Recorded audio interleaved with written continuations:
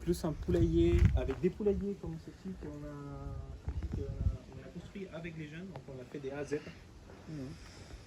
On échange avec des entreprises privées comme le Leroy Merlin. On a un grand terrain de pétanque qui est encore en construction et 10 ou 12 variétés de tomates différentes. D'accord. Qui ont été données par Graines des Trocs, qui sont une association qu'il faut vraiment rencontrer parce que c'est une banque de graines qui est à La Rochelle, qui est en lien avec la nature. Et aussi des maraîchers du coin qui nous ont dit j'ai des pieds de tomates, allez, ouais. Et on plante, on a semé jusqu'à la plantation. Et là on voit un peu les fruits, mais bon, tous les ans en fait, on fait la collection de tomates. Là il faut vraiment décerver, il faut s'en occuper de cette semaine. Et avancer le poulailler, parce que l'idée c'est qu'à partir de septembre on puisse avoir des poules pour réduire les déchets verts. Voilà. Et ça va, c'est la cuisine collective des jeunes, c'est là. Donc on les a fait une terrasse. Tu vois, on voit les chambres, il y a 15 mètres carrés, 14 mètres carrés. Donc, tout cet aile là qui est en typologie. Après on a les espaces bureaux.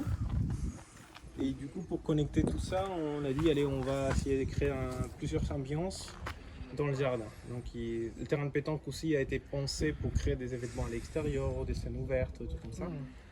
Le potager et jusqu'au jardin où on était tout à l'heure, qui est un jardin qui va être pris en charge aussi pour notre association, qui va permettre en fait de créer des guides thématiques en permaculture liées à la santé, à l'alimentation.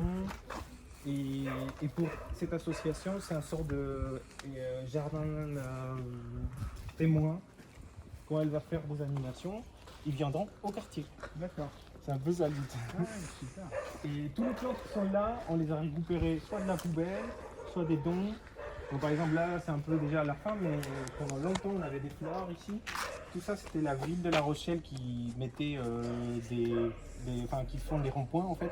Et à chaque saison, hop, on met à la poubelle. Nous, on les a récupérés.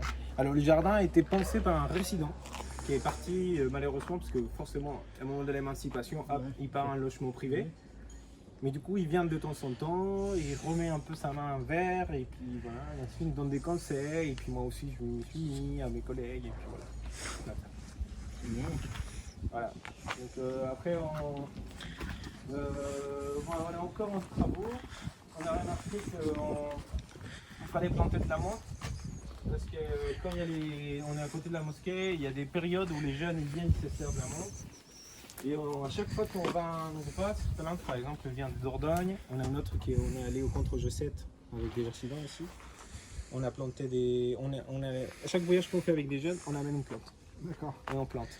Et ça, l'idée c'est que dans le futur, ce jardin, ça va devenir entre les tours une sorte de paradis. C'est un peu le but. D'accord. Voilà, donc là les gélos verts, enfin jeunes, c'est les vélos qui sont à prêter. Après chaque jeune a ses vélos. Alors en pleine restructuration parce que il y a tout le travail. L'idée c'est pouvoir faire du jardin d'une manière autonome. Donc on va créer une sorte de cage thématique où on va laisser tous les outils à disposition. Les jeunes ils ont un badge. En fait ici les week-ends quand je suis pas là, ils veulent jardiner, hop, ils font accès au coffre. Ils restent autonomes. Voilà. Et donc en fait, là on a fait le pari d'aller chercher des coquilles d'huîtres qui sont, voilà, c'est la région en fait, c'est le produit pour paysager. Donc là on a mis le géotextile et là ce qu'il nous manque à faire c'est tous les abords. On a paillé, on a mis on est sur les principes des permas pour rester. Après il nous manque un accès à d'eau pour pouvoir être encore plus autonome. Et là, on va faire une sorte de haies parce qu'on a eu cette construction qui est récente. Et avant, il y avait un parc patrimonial en fait. Il y avait des arbres qui avaient 250 ans, mais l'architecte ne les a pas trop pris en compte. Il les a coupés. Du coup, nous, on veut en fait contrarester, essayer de créer une sorte de contreface en disant c'est possible de faire avec peu d'espace et faire cette extension des logements des gens. Donc là, on avait des composts, on a complètement mis à terre. On a récupéré avec la ville des tilleuls, des bois de tilleuls. Et là, on va faire une haie, elle a un nom en permaculture. Tous les déchets verts, au lieu de les amener à la déchetterie, on les empile, et après, en fait, par la magie de la nature, hop, ça va repousser une haie qui va créer une division entre les nouveaux bâtiments, les vis-à-vis. D'accord. Voilà, donc c'est là en construction. Le jardin était dessiné à la base, mais moi j'étais pas là à ce moment-là. Il était dessiné d'ici, de ce point de vue. Donc on voit qu'on a le jardin, mais quand on est de l'autre côté, on n'a pas la même a priori. Du coup, c'est pour ça qu'on a fait cette petite terrasse à l'intérieur du jardin pour créer en fait des événements. Ça a déjà servi comme scène, c'est déjà servi comme l'idée c'est mettre des jeux de société autour, ou des flycasts des jeux de société où les jeunes en fait ils sont en disposition tout le temps. Pareil, ils ont une salle de musculation qui a beaucoup servi pendant le confinement, un espace extérieur. Et voilà, et c'est donner des équipements. Alors la particularité de ce bâtiment, c'est que premier étage et deuxième étage, c'est à nous, donc c'est les relogements des résidents. Troisième et quatrième, c'est l'office HLM. D'accord. Donc il y a toute une médiation à faire avec le voisinage, D'accord. qui a été une activité. Donc là, forcément, on se trouve avec des gens qui sont malheureux ou tristes ou peut-être tout seuls. Et du coup, les rythmes de vie des jeunes, c'est pas les mêmes qu'un rythme d'une personne âgée. Et du coup, on essaye de faire la médiation, on essaye de créer des liens. Mais ça, c'est un travail fou. C'est fou. Et donc, on est en lien avec l'office HLM, avec ses médiateurs, les ALPMS, c'est vraiment une association qui gère les conflits de voisinage. Et on a déjà eu des problèmes, donc on essaye d'améliorer tout ça. Et voilà, le jardin il est en work in progress. Hein. L'idée c'est d'avoir tous les espèces que vous voyez ici, c'est des espèces natives de la région et qui poussent assez rapidement et facilement.